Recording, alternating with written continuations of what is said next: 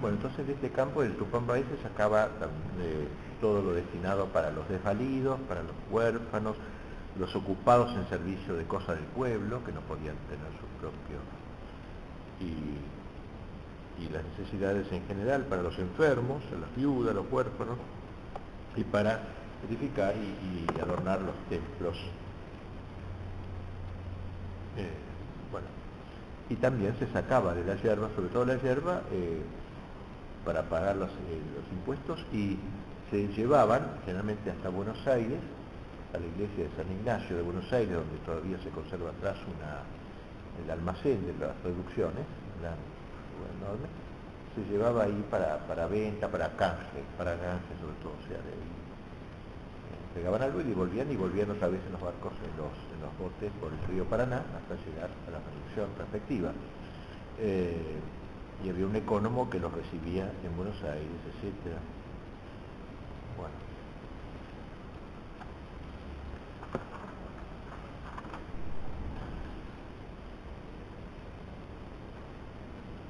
Dice el padre Cardiel, conocía en las doctrinas a un corregidor de Candelaria, el cual se arregló su plantío y de él se entregaba al cura cada año 14 arrobas de yerba para que con la yerba del pueblo fuesen conducidas a Buenos Aires y de allí trocadas por los efectos que él quería, por juzgarlos necesarios o convenientes para su casa.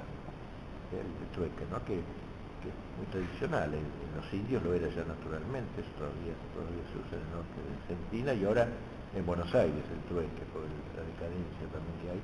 Pero es lindo el trueque, me parece más lindo que andar con... Se supone que no se usa el dinero, ¿no? Sino que uno trueca productos.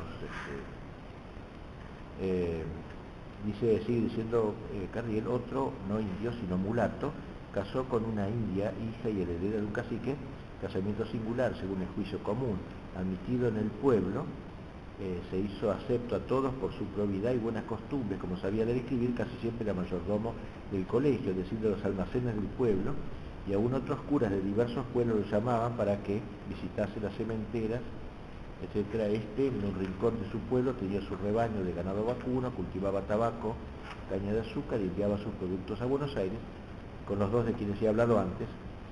Y lo trocaba por vestidos o utensilios caseros de la ropería de la misión, en la ropería de la misión. Iban los indios a admirar la abundancia que él tenía, pero ninguno se movía a imitarlo. O sea, el indio no sentía ese espíritu de concurrencia, ¿no? Digamos, el otro era un especialista en eso. Bueno, así entonces, decimos entonces que no era práctica de comunismo, saliendo al paso de esa objeción o elogio, depende de quién venía, ¿no? Como que los jesuitas habían hecho la ciudad ideal de Platón y comunista, una cosa así. Porque no solo existía la propiedad privada, como hemos dicho, reconocida como un derecho, sino también practicada como un hecho.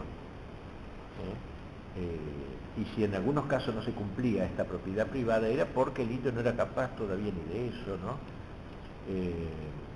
Las circunstancias y la índole de los guaraníes, pero estaba abierto el camino para que lo ejercitasen, eso se fuesen acostumbrando, los padres lo impulsaban a ello en cada pueblo, poseyese bienes comunes, su Tupambaé, y también cada uno sus bienes particulares, fondo común.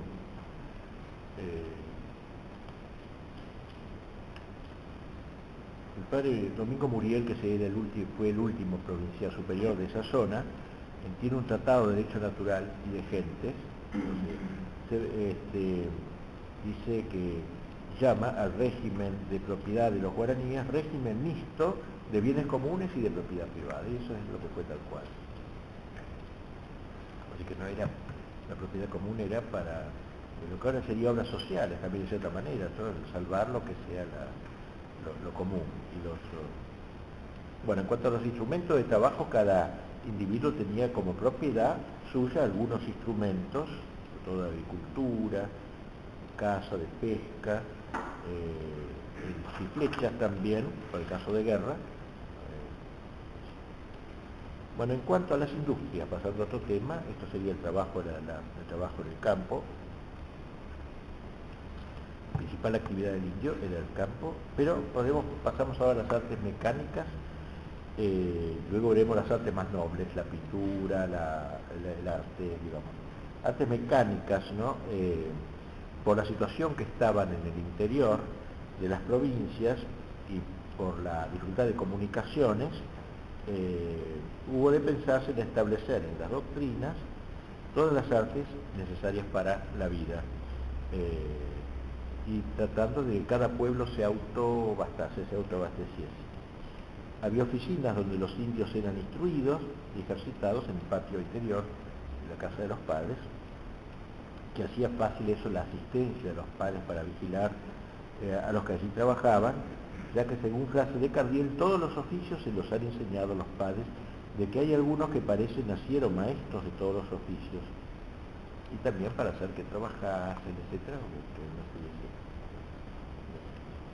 En el inventario de un pueblo encontramos los oficios y utensilios, dice, herrería, platería, sombrerería, tornería, arpería, el arpa, ¿no? Instrumentos músicos, retablistas, carpintería, barrileros, carreteros, albañiles, rosarieros, curtidores, doradores, etc. Entonces, desde chiquito se elegía para cada oficio a los indios en quienes se reconocía aptitud para ello, ¿no? Él no podía quizá discernir, ¿no? Entonces el padre lo ayudaba con la afición que tenía, y eso se hacía, se veía al chico inteligente, preparado para eso, se pedía el permiso a los padres, siempre consentimiento a los padres, que quedaban contentísimos si el chico era elegido para alguno de estos oficios, y el profesor,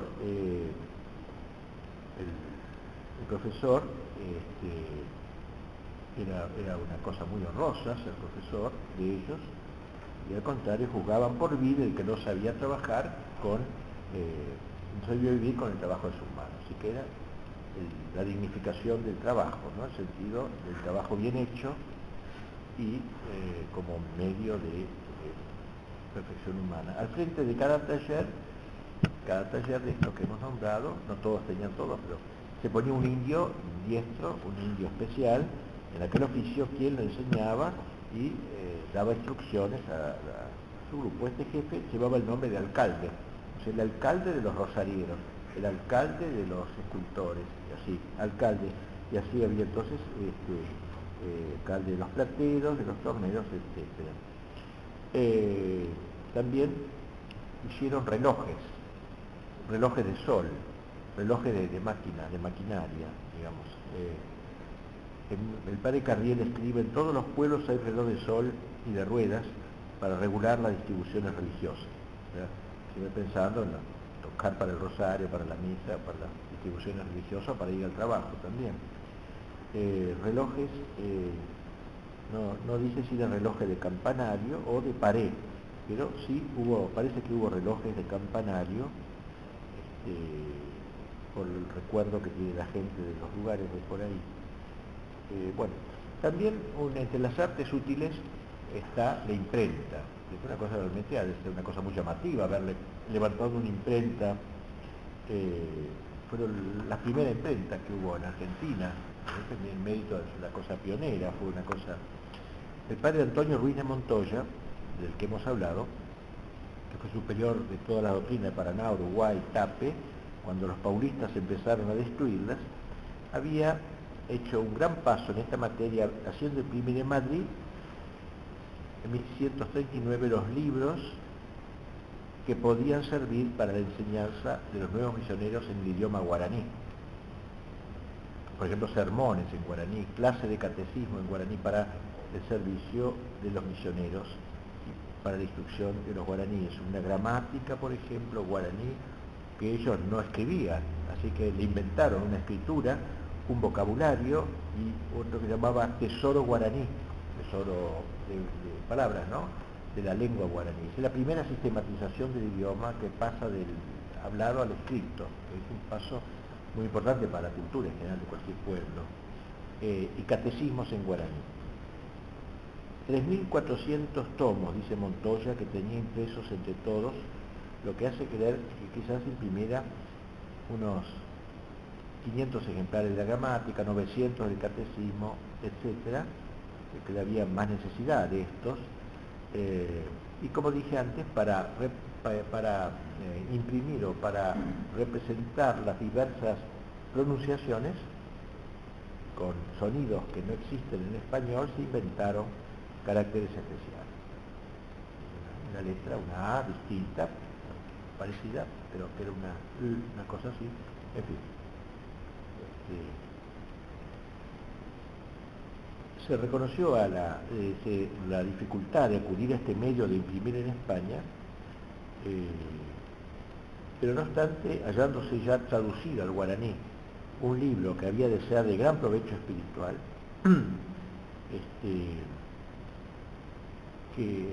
los padres resolvieron hacer la edición también en Europa.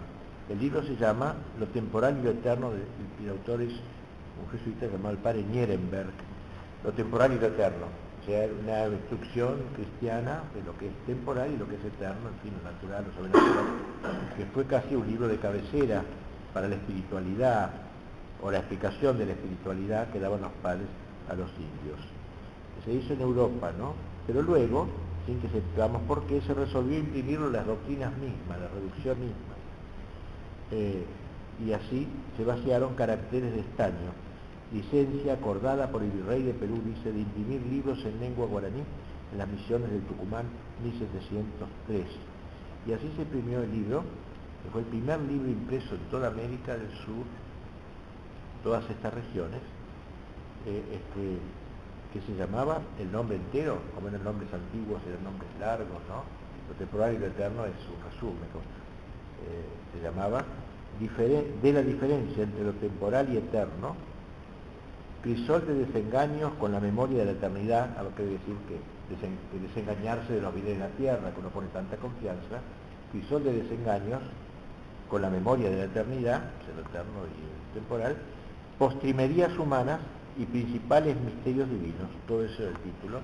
Era un título ocupado por una página, los libros son todos así, por el padre Juan Eusebio Nierenberg de la Compañía de Jesús y traducido en lengua guaraní por el padre José Serrano de la misma compañía. Esta edición, que es histórica porque la primera, 1705, se hizo en el pueblo de Loreto, que ustedes quizás han conocido, en Misiones. Uno de los pueblos que está más o menos cerca uno de otro en la provincia de Misiones. También se pasó esta imprenta a Santa María la Mayor y San Javier. Parece que se trasladaba a veces de un lado a otro, de un pueblo a otro, por haber enviado allá al padre que dirigía la obra. O sea, si había el traslado del padre que entendían de esto de los hermanos, se cambiaba el lugar donde la imprenta funcionaba.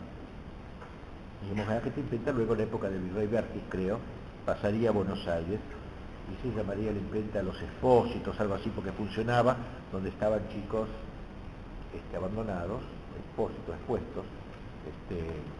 Así que interesante para la cultura argentina, ¿no? Que la imprenta aparezca en este ambiente.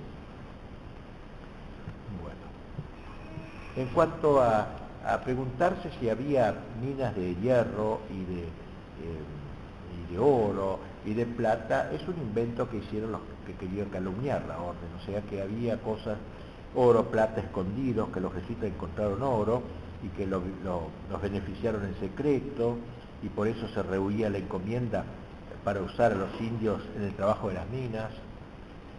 Esto es una de las versiones que corrió, ¿no? Yo me acuerdo todavía en alguna de esos, ¿cómo se llama?, de esos pueblos, antiguos pueblos, hay una entrada, una cueva, y ahí el que explica dice que es una cueva que se escondían y que había oro abajo, que pero nada, ¿no? Pero la idea es esa. Lo único que encontraron los jesuitas después de mucho tiempo fue la posibilidad de obtener hierro, eso sí encontraron, y aunque por diligencia de un padre se logró elaborarlo incluso, hubo que renunciar, luego aprovechar su recurso, ese recurso, ¿no? Sino en caso de gran necesidad, sino decir que se usaba hierro que venía de España, no se pudo, no digo comercializar porque no es la palabra, pero elaborar el hierro. Industria de tejidos sí hubo muchas, ¿no? Obviamente. Había que vestir a los indios, así que si no volvían a la desnudez, dada su indolencia, su clima y el clima cálido, y entonces eso es lo que multiplicó las sementeras y algodón, también de lino, pero costó mucho y al fin renunciaron. Lino no prendió bien. Los padres procuraban que cada indio sembrase el algodón en su chacra. La india hilaba la cosecha y luego entregaba su hilada a los tejedores. En fin, un trabajo de equipo, digamos así. Pero si los padres no vigilaban, todo se iba al tacho, de modo que tuvieron que poner esta industria en manos del Tupambaé, o sea, un trabajo más obligado, ¿no? El trabajo más controlado, los algodonales, como se habían puesto los maizales también.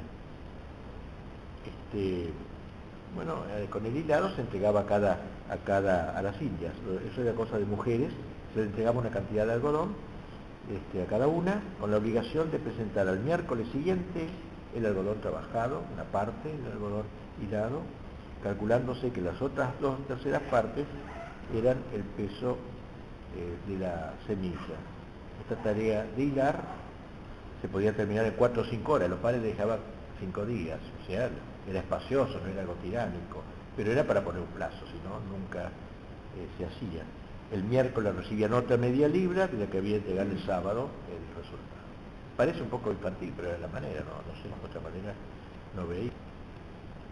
Ponían en el suelo todo y se hacía todo el trabajo, y si faltaba peso, estaba para que se completase, si estaba mal hecho el hilado, digamos, se les advertía seriamente. Bueno, así este trabajo también. En cuanto al comercio, otro rubro, que va mostrando un poco cómo era la vida en los pueblos. Después llegamos a lo religioso, que es lo más importante, pero me parece importante también algo de esto verlo. Había un comercio interior ante todo, ¿no? Es decir, que entre los pueblos se intercambiaban productos, los frutos de la cosecha del Tupambaé y las industrias, la tela, la yerba mate, se llevaban a unos depósitos colocados en la casa de los padres llamados almacenes en cada pueblo. Y de ellos tomaban nota los indios destinados al oficio de almacenes. Había indios que estaban ahí como que tenían la lista de todo lo que se guardaba en los almacenes, bien ordenado, había contadores, fiscales, etc., y un encargado. Y todos ellos eran los indios más cultos, que sabían leer y escribir, aptos para algo así, ¿no? Para una cosa más controlada, y que señalaban y daban conocimiento de las entradas y salidas, como cualquier institución de cada pueblo, con libros perfectamente formales, entradas y salidas. En fin, enseñaron también eso los padres. Las llaves de los almacenes los tenían los padres, por si acaso no hubiera un arreglo entre ellos, y si para entrar y salir tenía que tener permiso del misionero por medio de los indios encargados directamente. Con este régimen ordenado se averiguaba en qué tiempo, se averiguaba a su tiempo qué cosas faltaban. Pero falta esto para sembrar más, etcétera, ¿no? Y de qué cosas sobraba, conociendo las necesidades ordinarias. Por ejemplo, dice Cardiel, el tabaco para mascar es un artículo sin el cual difícilmente acierta el indio a pasar el día. Ellos decían que les aumentaba la fuerza, el vigor, sobre todo en invierno, y no lo empleaban sino mascado. Claro eso, ¿no? Gustaba muchísimo de mascar tabaco, no lo fumaban, digamos así. Todos pudieron plantarlo, dice Cardiel, pero son poquísimos los que lo hacen por su flojedad. Tiempo les sobra. Había entonces que meterlo en el Tupambaé, meterlo en el campo común, pero no siempre alcanzaba. Para algún pueblo, en otro sobraba lo que cosechaba, y entonces se suplía, ¿no? Un pueblo a otro, era una especie de nación, digamos así, no sé, la cosa interna. En algunos pueblos abundaba el algodón, en otros el maíz, en otros no había y había que comprar en Buenos Aires, ¿no? Pero trataban de autoabastecerse, no es fácil eso. Pero...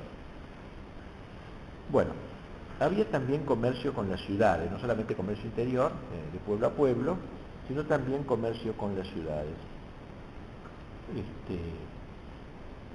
Armas para la milicia necesitaban, hierro, pólvora, para pinturas. Había que traerlo incluso a veces de España, ¿no? Pero por lo menos de Buenos Aires o de otras ciudades. no había en las doctrinas moneda, no existía la moneda. Y lo mismo pasaba en las ciudades, en Asunción no existía la moneda, todo era más bien trueque, era eso. Los frutos que tenían valor de moneda, porque no circulaba moneda de oro, ni de plata, ni de cobre, eran 4: yerba, tabaco, miel y maíz. Eso era la moneda de la época. Yo pago, tome yerba, tome maíz y llevo tal cosa. El pago se hacía así, no solo ahí, en la ciudad de España en general, de América en general. El valor de estas especies se tasaba según peso y medida por cierta unidad imaginaria de moneda llamada peso hueco. Era un nombre que era un peso hueco, pero era un producto, ¿no?, que valía tanto. Este kilo de yerba vale tantos pesos, como bono sería algo parecido. A los puertos de Santa Fe, sobre todo, que estaba más cerca, y de Buenos Aires, en segundo lugar, conducían sus productos los indios de la doctrina para pagar el tributo y proveerse de lo que le faltaba.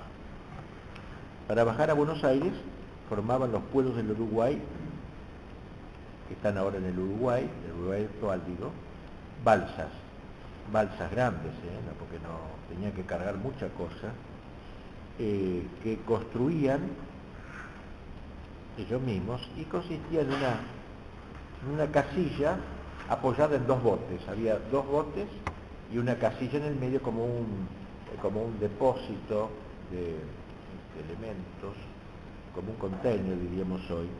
Fabricaban la casilla de madera y caña, revestiéndola dentro por esteras y por fuera de cuero de buey, y juntaban entre sí los 2 botes, que salían como de flotadores, pero el peso mayor iba en eso intermedio.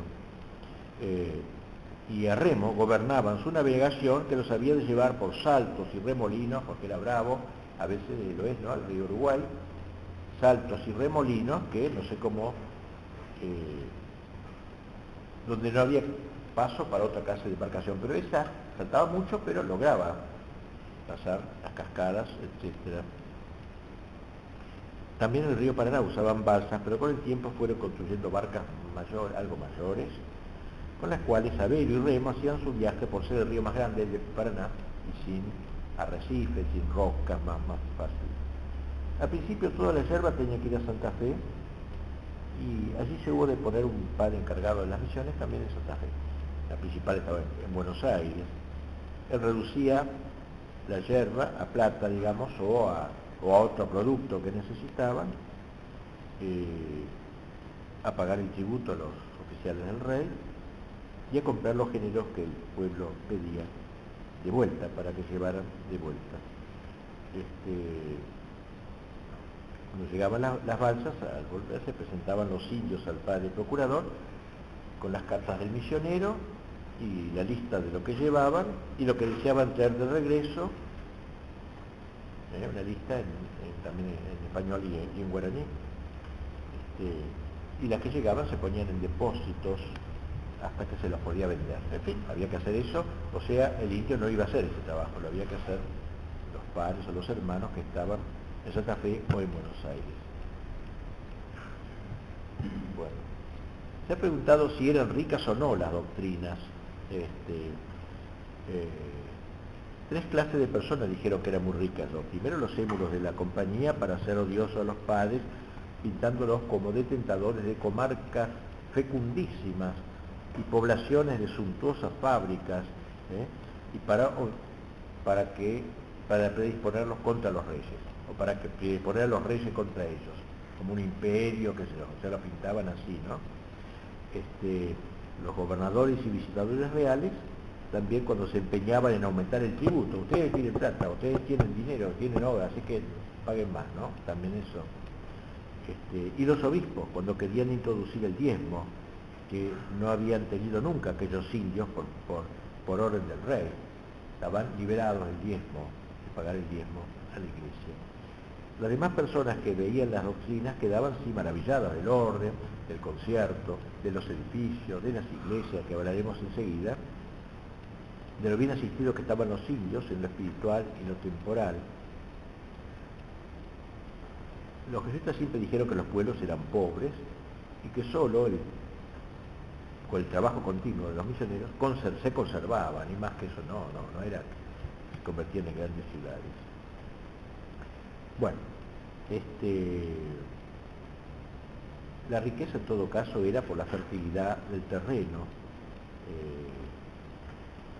pero no otra cosa. Decían que alcanzaba a ser un peso real, un peso económico europeo por cabeza, lo que tenía que ser muy poco. Un país que en los años normales no daba sino para alimentarse y vestirse, y punto. No más. Bueno, así que no hay ninguna consistencia en esa calumnia. Este gran reino, escribe el padre Lozano, ese gran reino, lo dice de forma burlesca, porque un tipo había dicho que era un reino, un gran reino. Entonces, burlándose, el padre dice, ese gran reino se reduce a 30 pueblos en que juntos sus habitadores, chicos y grandes, hombres y mujeres, niños, mancebos y viejos, nunca ha llegado a 140.000 almas, con lo que aún no les caben 4.700 personas a cada pueblo, más o menos es el 5.000 cada pueblo. Y cada uno de ellos le parece por ventura que es una villa lustrosa, o le parece que es una lujosa. No puedo negar que en estas provincias míseras, desde las ciudades son por extremo pobres, mal pobladas, donde las ciudades son pobres, mal pobladas, sin edificio de monta, y que en Europa pasaran por aldeas, se hacen reparables dichos pueblos solo por el orden y económico gobierno, pero los demás nada tienen apreciable. No hay fábrica que pase del primer estado, todas son iguales de tierra o tapia, por carecer de pal, etc., ¿no? Así que fue una verdadera calumnia decir que eso era un negocio, un imperio económico. Pasemos ahora a lo que más interesa, quizás como nosotros, el gobierno religioso, la parte religiosa, la parte directamente más de pastoral. Pero me parece que lo otro es importante, necesario, porque si no se entiende cómo se manejaba el campo político, económico, social, como una cosa del aire, no sé. Entonces, el factor más importante, el que le dio origen, el estilo de vida, es la religión, el cristianismo, el catolicismo. Mientras, cuando comienza esta experiencia, los primeros momentos, la conversión primerísima de los infieles, eran llamadas reducciones. O sea, el nombre de reducción le damos ahora, pero después no se llamó reducción. Al principio entonces se llamó reducciones. Nombre apropiado porque los indios, sin ser muchos de ellos aún cristianos, se reducían a pueblos, es decir, ¿cómo se puede decir? Se comprimían, dejando sus antiguas viviendas aisladas, lo que expresaban los españoles diciendo a veces que se reducían a cruz y campana, como diciendo a una cobertura religiosa, se reducía, se acogían, se cobijaban, algo así, reducción, por erigirse cruce del pueblo y fijarse campana en su capilla provisional. Eso era, se reducían a cruz y campana, esa era la fórmula. Cuando ya todos estaban convertidos, o un buen número, y la reducción tenía estabilidad, para en adelante se erigía en parroquia, ¿no? En parroquia.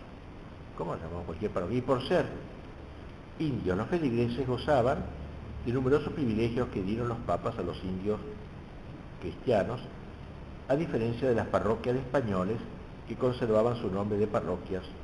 La parroquia de indios se llamaron doctrinas. Ese fue el nombre clásico, no reducciones.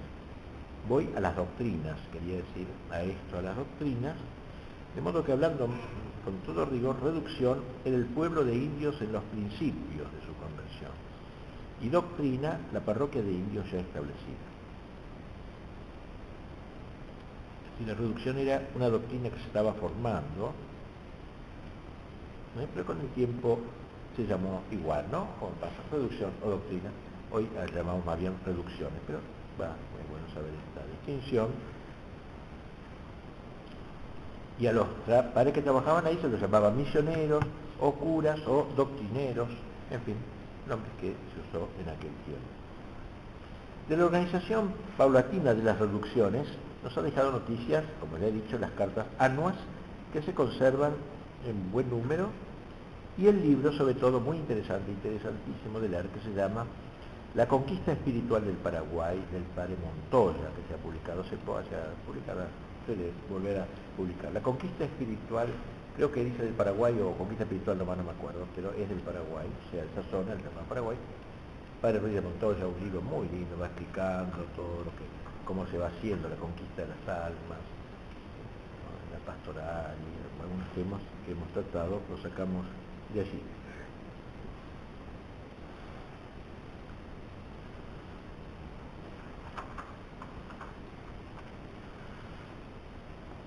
Y en los principios de la reducción eran siempre trabajosas.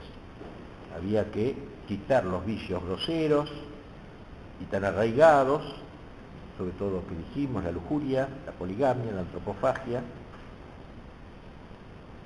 Los padres eran como ejemplares frente a aquellas fieras, más fieras que hombres al principio, ¿no?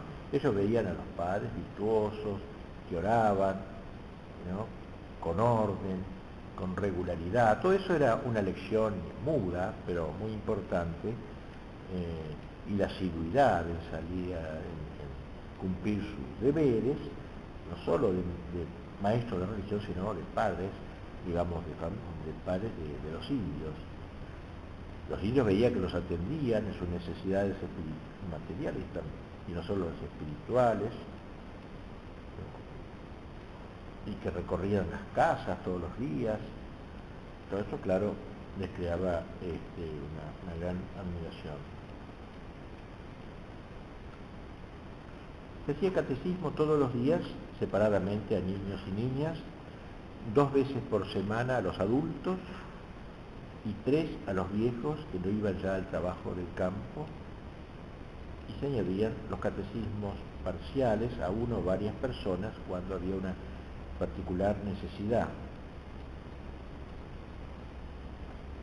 Se había despertado una devoción ardiente, una gran devoción al Santísimo Sacramento.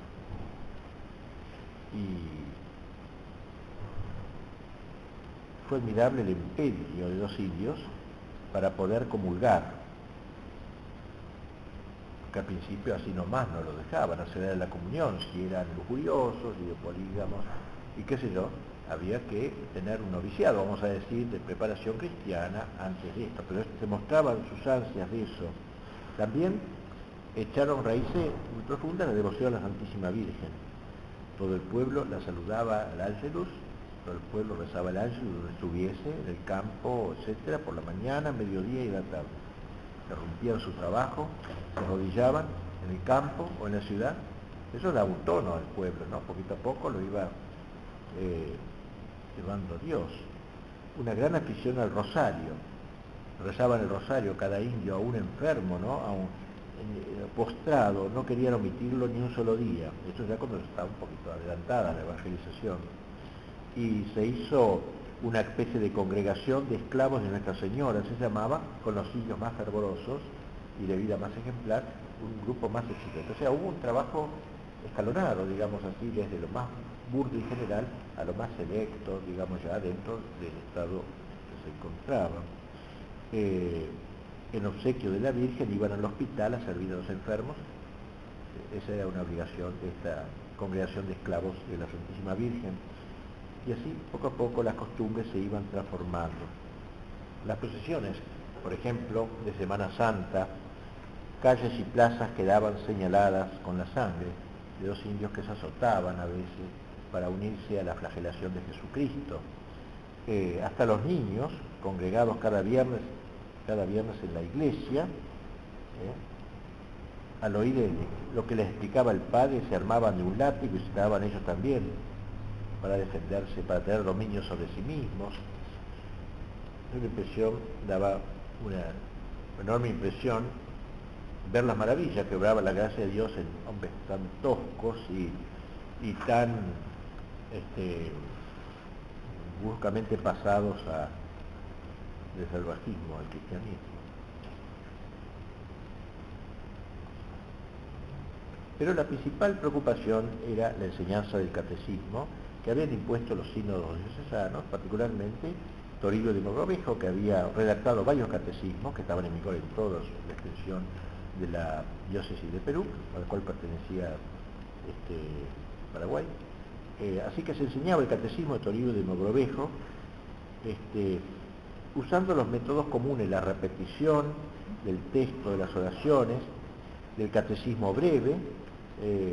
Era tarea de todos. Dice Cardiel, cuando a la mañana se toca el Ángelus, que es a las 4:15 de la mañana, resuenan en la plaza los tamboriles de los niños, cuyos alcaldes o directores, esparciéndose por las calles, claman: hermanos, ya es la hora, enviad vuestros hijos e hijas a orar, enviadlos pronto al templo, a la misa, para que Dios bendiga las obras de este día. Despertados con estas voces y con el redoble de los tamboriles, acuden los niños al pórtico del templo, y luego que se han juntado, dos de ellos, de voces claras, empiezan las oraciones respondiendo o alternando los demás. Otro tanto hacen las niñas, separadas convenientemente bajo el amplísimo pórtico.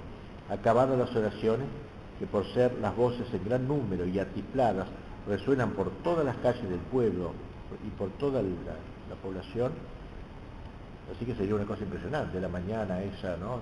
Eso clamor de coros. Si algún tiempo queda, se emplea en cánticos sagrados, entonándolos 1 o 2 veces y prosiguiendo luego los demás. Los cantares son de alabanzas de Cristo, de la Virgen María y de los santos, y encomendándolos aquí a la memoria, los repiten también después cuando son mayores en su casa, en el campo, y cuando viajan lejos de sus pueblos, mientras navegan por los ríos o en los caminos de tierra. Eso contaban los que a veces iban por otros lugares, a kilómetros de ahí, y oían indios en las balsas cantando cantos a la Virgen, todo lo que habían aprendido. Cuando hablo de niños, dice el autor de estas frases, cuando hablo de niños, comprendo en ellos los mayores de 7 años hasta los 17, edad en que contraen matrimonio, como las niñas hasta los 15. Hasta acá Cardiel, ¿no? Quien agrega más abajo: por la tarde, al oír la campana, que ellos llaman taín taín, que ellos repiten, ¿no?, acuden a la iglesia, habiendo un celador que cuando faltan les avisa, ¿no?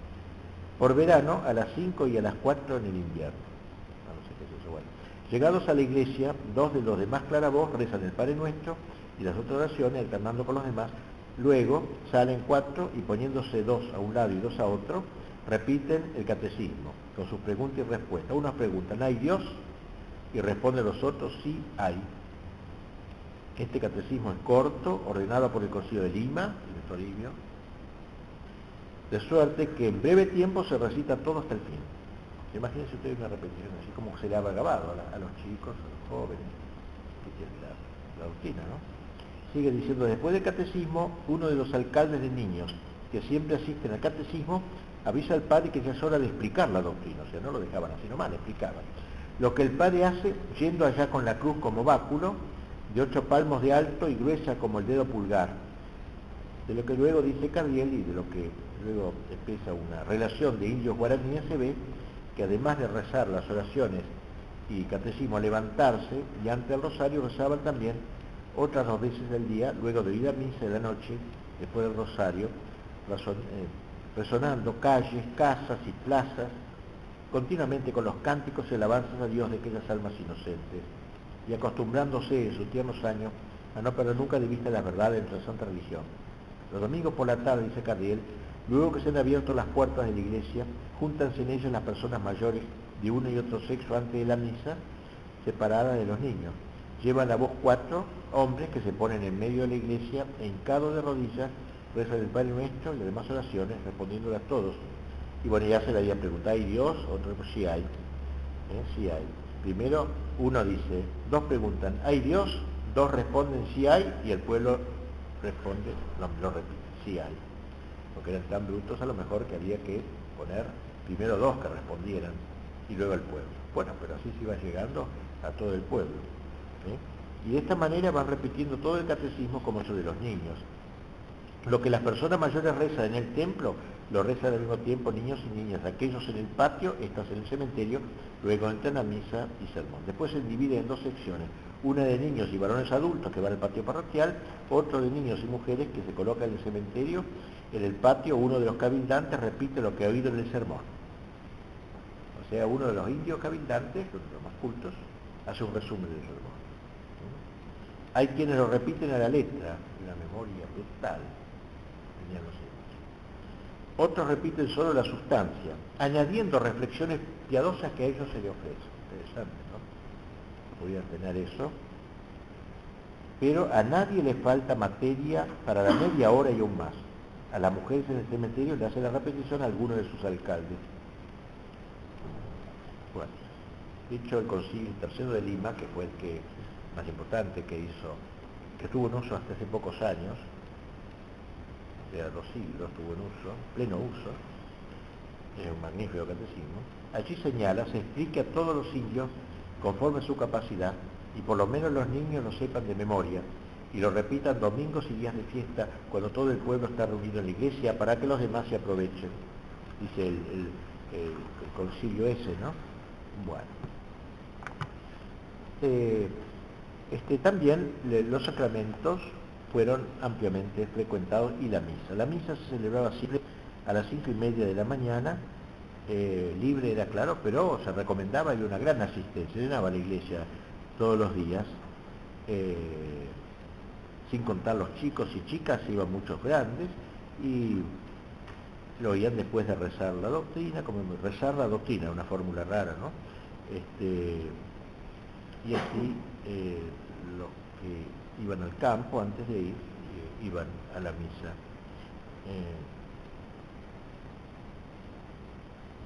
Dijimos, desde la verja, dice, hasta el púlpito, dice Carriel, y en la nave principal están a uno y otro lado las sillas de los cabildantes y oficiales de guerra. En el centro se ponen los niños sentados en el piso, y para guardarlos en orden y sosiego se encuentra con ellos siempre un alcalde que no deja de la mano su vara de autoridad. Desde los niños queda un espacio de 3 varas hasta las niñas. Detrás de las niñas siguen las mujeres. Los restantes hombres se colocan desde el presbiterio hasta el púlpito. Y luego, dejando un intervalo, siguen también en las naves laterales las mujeres hasta la puerta. Para entrar y salir queda franco un espacio de 2 varas en el centro, pero bien organizado todo.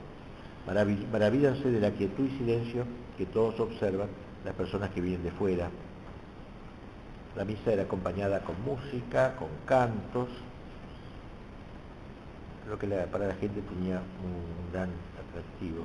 El rosario se terminaba, se hacía después del catecismo vespertino, en el bendito la conocida salutación al sacramento, bendito y alabado sea el Santísimo Sacramento del altar y la purísima concepción de María Santísima, Madre y Señora nuestra, concebida sin pecado original desde el primer instante de su ser natural. Amén. Un poco largo era, pero bien, la Inmaculada Concepción que todavía no estaba definida, ¿no? Pero en España era como un dogma, digamos, aunque no estaba definida oficialmente. Incluso todos los jefes políticos de España debían jurar defender la Inmaculada Concepción. Por ejemplo, el intendente de Santa Fe, ¿no?, de todas las ciudades, debían jurar eso. Así que este tema de la Inmaculada Concepción es un tema bien hispánico, vamos a decir. Bueno,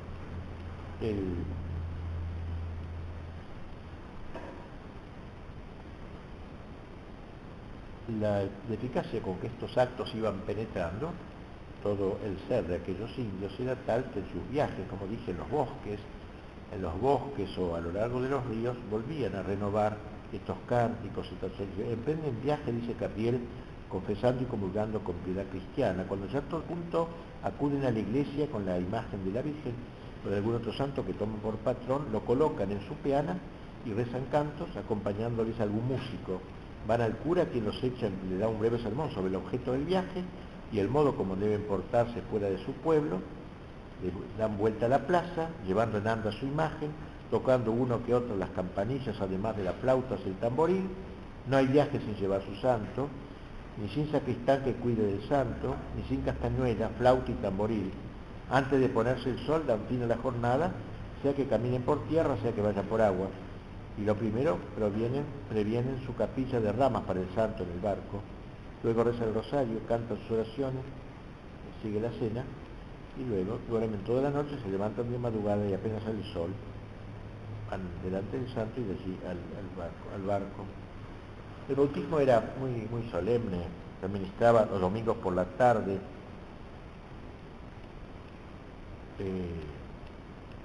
Es tan corta, a veces lo bautizaba el chiquito con bautismo de socorro, porque morían muchos, por la debilidad, etcétera. Dice el Exarque, un médico que pasó por ahí de viaje, dice, es tan corta la capacidad de aquella gente y tan sin advertencia que apenas saben dormir las madres sin sofocar la criatura recién nacida. Por lo cual han juzgado los misioneros que no solo es lícito echar el agua al infante luego que nace, sino también obligatorio. Eso, a veces hay animales que hacen así, ¿no? Los chanchos, por ejemplo, si no se les separa rápido los lechoncitos, los matan. Bueno. Y por eso tienen señalados ministros para los barrios, para que luego que nace alguna criatura, avisen a los padres para que vayan a lavarla con el agua bautismal. Y para fuera del pueblo, o casos muy urgentes, que el padre no se hallase tan cerca, tienen instruidos algunos indios de la mayor capacidad para que echen el agua al niño que peligra. Bueno, a eso se agrega la incuria de las madres al nacer, muchos niños con mucha debilidad, en fin, así que, bueno, la confirmación lo limitaba obviamente el obispo cuando hacía la visita, que también era una entrada muy solemne, como la del gobernador.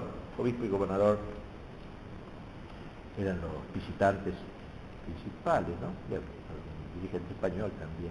Confesión y comunión tenían siempre, también a lo largo del año. Las confesiones, dice Cardiel, son muy cortas. No hay en ellas rodeos ni historias. Y así no tiene necesidad de hablar mucho el confesor de estos indios. En varios sucede que no se les hace materia de confesión por mucho que se indague. Y cuando el padre le pregunta, pues ¿qué buscas? ¿No? O sea, ¿para qué te confiesas si no tienes pecado? Él responde, he venido para que me eches la bendición.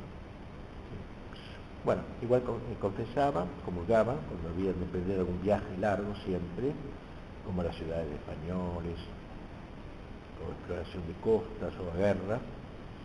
Y matrimonio, bueno, hablaremos después. De los enfermos se tenía un cuidado especial. No había médicos, ni siquiera en las ciudades españolas, sino uno que otro, que lo suplían algunos medios curanderos, ¿no? Se hacía la vista gorda, no había. Curuzuyá se llamaba. Era un curandero autorizado, digamos, llevaba una cruz, él era como un ayudante, una cruz grande, de donde le vino el nombre de Curuzuyá, el que lleva un curú, una cruz. Era un indio instruido en confeccionar remedios y práctico en las enfermedades, que había aprendido de algún hermano, pequeñas cosas, medicina, y conservaba remedios tradicionales de los guaraníes, de hierbas y cosas,